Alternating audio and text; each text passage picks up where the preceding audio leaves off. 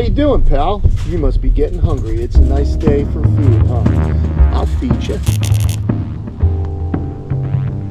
Today, my 3 critically endangered spider tortoises are getting some outside time, and I am going to create an outdoor playpen for 3 of these critically endangered spider tortoises.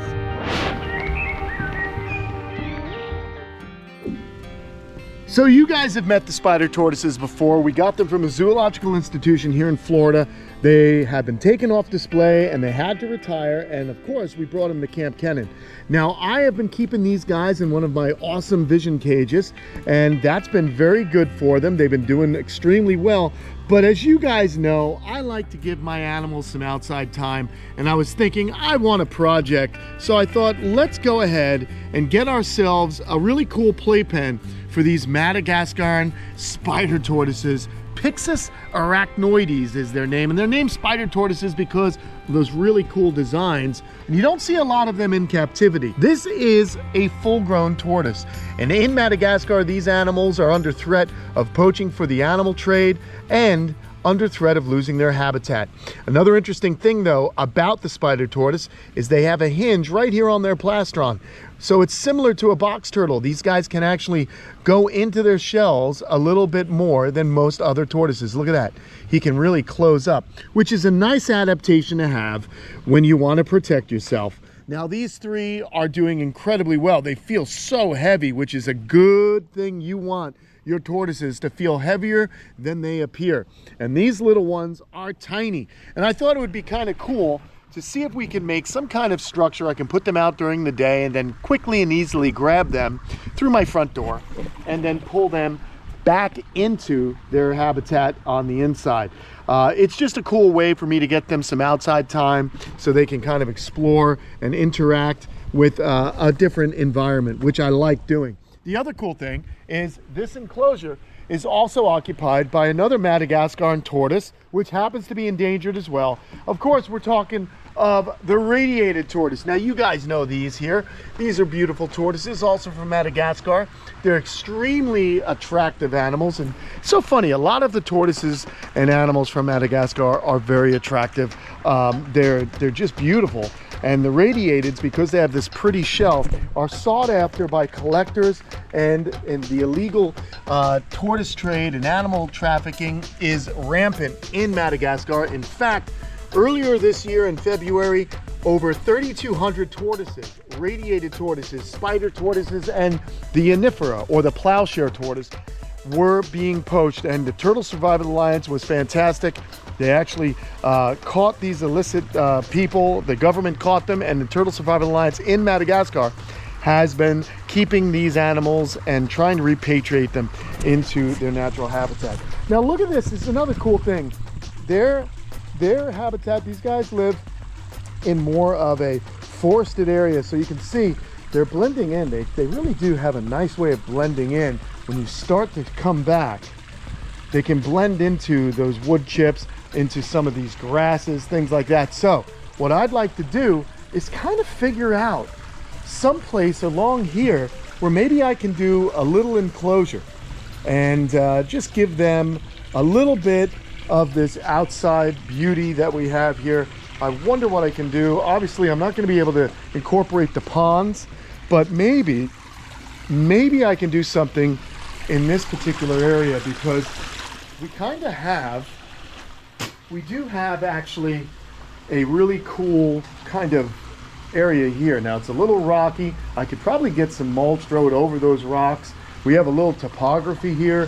I'm wondering, it wouldn't take much material for me to just come on off here and maybe make some kind of fence, or even come a little closer. I could just make a fence. I know we'll get some sunlight coming down. We've got the overhang here. I can peek at him from when I'm working on my desk. This seems like a really good area. There's nothing going on. We can plant it out a little bit. So yeah, I think that's what I want to do today, is kind of create just a simple habitat for these guys. Now, what kind of materials am I going to use to contain them? I'm wondering, do I use rock or do I use wood? Very interesting. How much rock do I have? These are the thoughts going through my head right now. I don't know. But I'm gonna go investigate right now. So what I'll do is I'm gonna put these guys in a temporary enclosure. Maybe we'll put them in with the rhino iguanas for now, while I go search for some materials laying around the property to make a cool outdoor playpen for these tortoises. Look at how alert and happy they look already, just wandering around this large enclosure. I think we got our work cut out for us, but it's gonna be a lot of fun. So let's make a playpen for some critically endangered tortoises. All right, they're gonna hang out today with these little beauties, our rhino iguanas. We still have rhino iguanas available. If you'd like one, email me at kenanh1@comcast.net. They'll get to see some of the bigger redfoots running around, but I don't have to worry about them escaping or getting eaten by anything because they're going to be contained. But what I want to do now is kind of look around and see what kind of materials I have going, and then see what we can kind of make simply to create this kind of enclosure. We know we're going to need containment. We know we need a watering hole, and probably some shrubs or something I can transplant and put in there. But first things first, I'm going to come over here and look at what I've got. So I've got a lot of this material here. We've got a lot of slate. I wonder if I stack the slate up, would that look kind of cool as a barrier? Or even still, I kind of like that, you know, although that's going to be moving a lot of material, but I do have, of course, my Kubota, so I can load up that bucket with a lot of this material and then, you know, use it to create a wall, because those guys shouldn't be able to climb out if I make it tall enough and steep enough on the inside. So, okay, that's one possibility. The other possibility, of course, is using some of this wood. Now, I also have these telephone poles that I can chainsaw and kind of make just smaller versions of that and kind of do like a wooden barrier, which is interesting. But then again, I don't want to chainsaw up these really nice long poles because, I don't know, that might be not the best use for those. All right, so we got that. Okay, so anyhow, I do have some fence post over here. That's always good stuff. We got some old fence post here. What the heck am I gonna do? Decisions, decisions, decisions. Because I can simply just dig a trench and then, you know, do that kind of janky, you know, pole look here. We have some of these old ones. You can kind of just take some of those fence posts, and I think it would look kind of cool like that. It would certainly be easier than lugging around all of this. So, I don't know. Again, I have a lot of smaller pieces of stone. I could make some kind of stone wall. We have larger pieces of stone out the back. Got this wood, but it's not very attractive. I don't know. I don't like that wood. That's not going to last either. That looks too janky, and the front yard is so nice with those aquascape ecosystems that we want to keep something of a rustic look. Now look at this. Here we have some railroad tie. I wonder if I just simply if I have enough of this to kind of make long railroad tie kind of enclosures. And I like that it's weathered and beaten up, so there's that possibility as well. I know I got plenty of mulch left. Our Fluker reptile is awesome stuff. But yeah, what am I gonna do? So fun thinking about. Come with me. I'm gonna walk past. You're seeing the behind the scenes mess that I possess. Just kind of a hodgepodge of materials that I chuck out behind the warehouse. Anyhow, if I had more larger boulders, you know, that I can just place, those would become really cool walls that would look good. You know, like some larger ones to create a wall that they can't climb up. But we shall see. We shall see over here. We have some rock. What are we doing with this rock? I don't know. It's just kind of in a rock pile. I got some bigger pieces there still. I wonder if this could be something stackable, you know? But I also have to be a little concerned because they may be able to climb better than I think. And I don't want them to get out into the main Madagascar, the radiated enclosure, because, you know, they're going to kind of walk all over. And I did think about Slinky's enclosure, but I think they're a little too small, and Slinky would try and stuff them down his throat.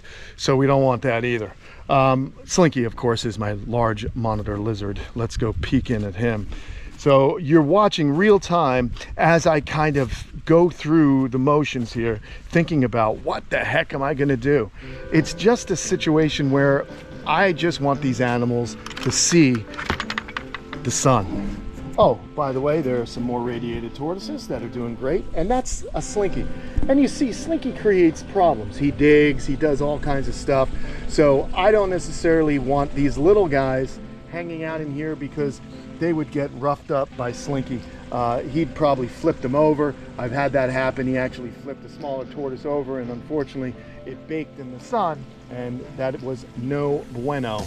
But again, here are all 5 of these radiated tortoises from Madagascar, and they're doing great in this enclosure. We also have, this is why I was thinking of the Madagascar habitat is in here. We also have our bighead turtle that used to live out front. He is from Madagascar as well, and he's doing well.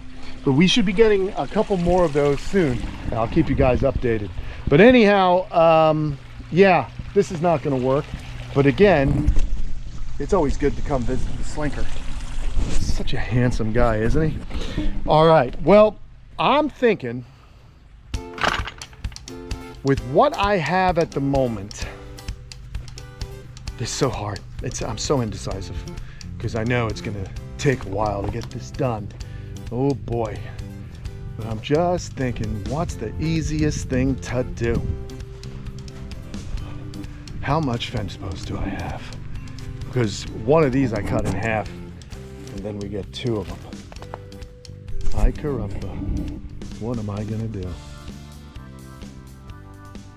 I don't know. I'll let you know in a minute. So I am thinking about ease, right? Now, I don't really think I have the materials I'd like to just create something in the front.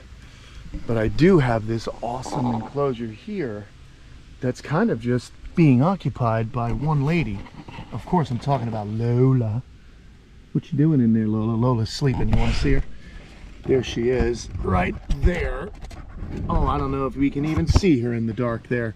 But she's hanging out inside her little cave. Now, this is interesting to me. I can get up here easily. We could probably sink a simple water dish in here. The tortoises can wander around. We've got sunshine, we've got shade. That's a possibility, friends. And then when it's cold, I can just simply come and grab them, which is nice and easy. Or, what about this enclosure? Because the rhinos are not going to mess with them at all. Hello, is it Petra? Yes, it is. There's our girl Petra. What's up, lady? Are you going to come jump up on me? You want to come say hello? And then, of course, here's her handsome husband, Petro. Oh, look at this. She is going to climb up on me. How you doing, pal? You must be getting hungry. It's a nice day for food, huh? I'll feed you. We can get you some food out here shortly.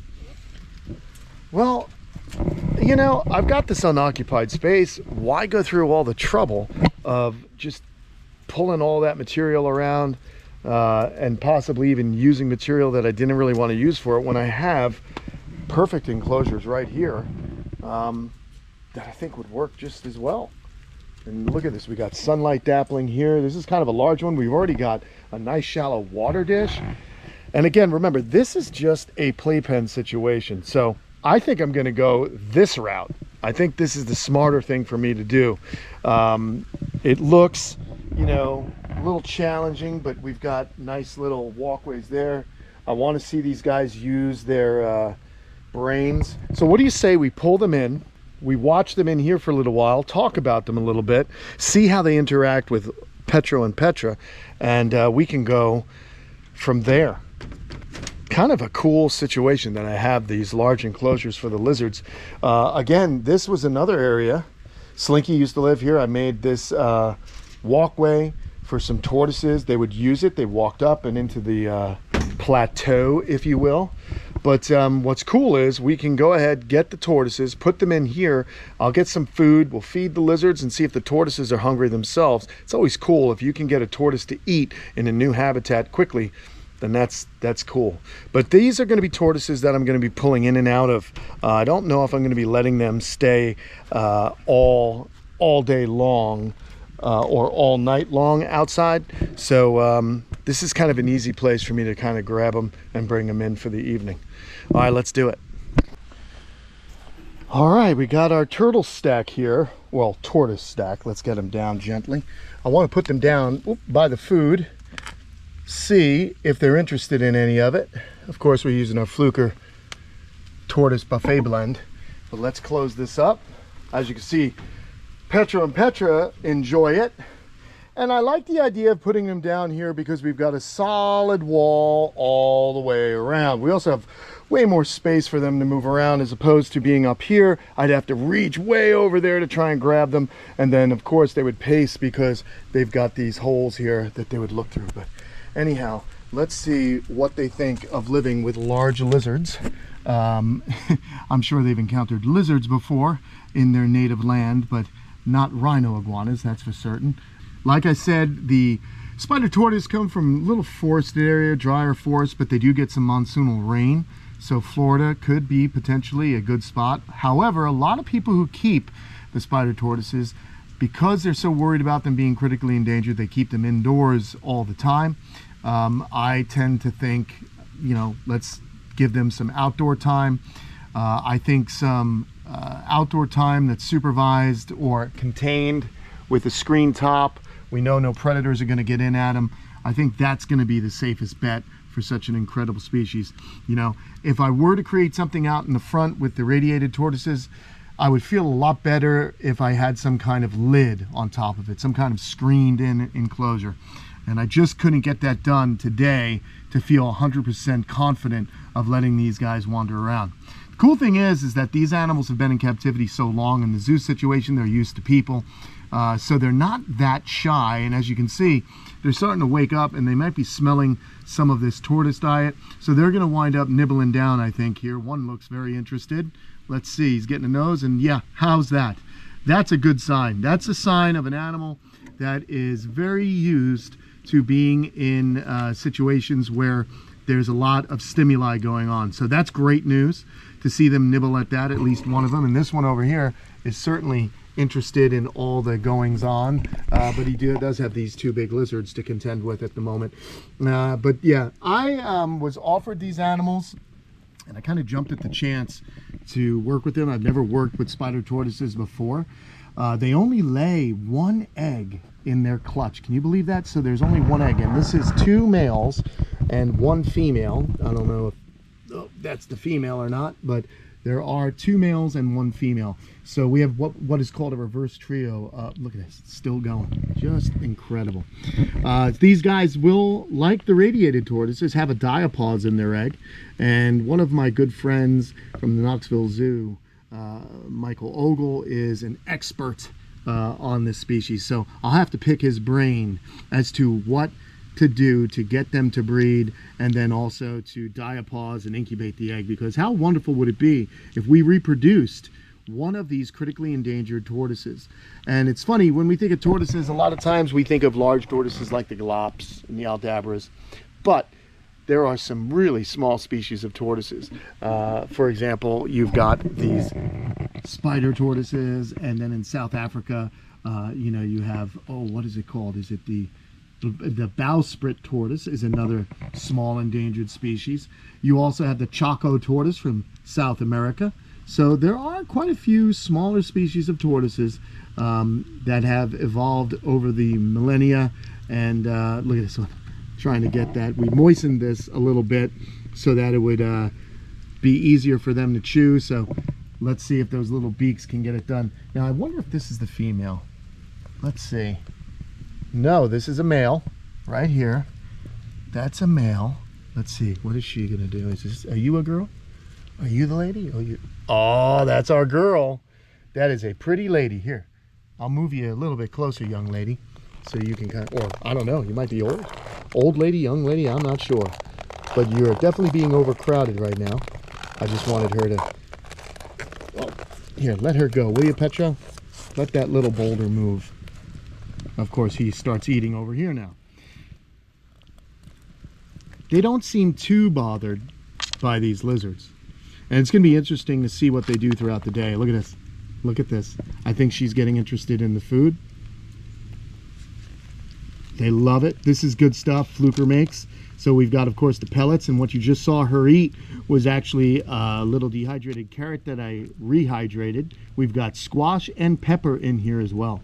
So it's not just the fortified pellets with calcium and other vitamins these animals need. It's also real vegetables that when you moisten, they rehydrate, and the animals are going to get a really good mix of foods that they need. You got your beta carotenes, and you've also got your proteins and your calcium in here as well. So super important. But the spider tortoises are really, really cool. I think it'd be fun to kind of pick the brain. I would love to get back to Knoxville Zoo and talk with Michael Ogle about the spiders, because they are definitely a animal that there's just not a lot of people working with in captivity. They need the help. The TSA definitely works with them in Madagascar. And I think it would be really cool to learn more about this very small yet interesting species. Whew, so cool. Well, what I'll do now, friends, is watch these guys kind of wander around. I'll be here on hand just to make sure everything's going well. And then, of course, I'm going to bring them back inside for the evenings. So I'll set a little reminder on my cell phone, and I'll be able to come in here, collect all three of them, and it'll be really interesting to see where their little journeys take them throughout this pretty cool enclosure. We've got some nooks and crannies for them to hide in. We've got a lot to walk on. The substrate, of course, is our Reptibark from Fluker. It's got humidity if they want to dig down into it to find a microclimate. We've got these pine needles that actually match perfectly their shells, I think. I am a little colorblind, but it does seem like they blend in nicely. I could be crazy, but let me know in the comments below. Also, this little gal, she seems like she's on a mission, which is really, really cool. And meanwhile, this male enjoying lunch, whereas this one is a little wee bit shy. Little shy guy. Let's put you over here. There you go. Come on, smell what we got cooking, kid. This is good stuff. Man, I'm pretty fortunate that I have these large enclosures. I actually built these in 2005 when I first moved down here to Florida. It was by a gentleman, Tom, I forgot his last name, Tom Johnson maybe, from, I don't know if he's still in business, but he was called Cage Masters. Now, of course, I have my friends at Custom Cages, which makes things so much more easy than one of these enclosures. All of mine, we just pour the foundation and then we attach the sun catcher cages to them. But I am grateful that I have such large enclosures for the lizards to wander around in, and they double up as a really cool and secure area for our little tortoises to enjoy as well. So that's good news. And if you're wondering, I have this blocked off because we did have some tortoises in here prior. We had the juvenile aldabras, and I've actually seen them climb up that. They've actually walked up this ramp, and well, you can imagine that's not that good. We don't want that to happen. She's turned around, and so she'll just kind of wander all over this place for the rest of the day. Now this girl certainly seems to be trucking along. I love it. Meanwhile, no problem here with these two. They could care less about the tortoises in their enclosure. So that's good news. And yeah, all around a good day. So thanks for joining me and helping me work out this small little situation I had. I know we wanted to build something, but it just seems kind of silly to just tear apart the front yard for no reason when we have a perfect enclosure waiting for these tortoises. Thanks for watching, everybody. Don't forget to go to patreon.com/Kamp Kenan. Month of December, right now, 10% off all memberships. So give the gift of animals, give the gift of Kamp Kenan. Thanks so much. I'll see you guys again on the next video.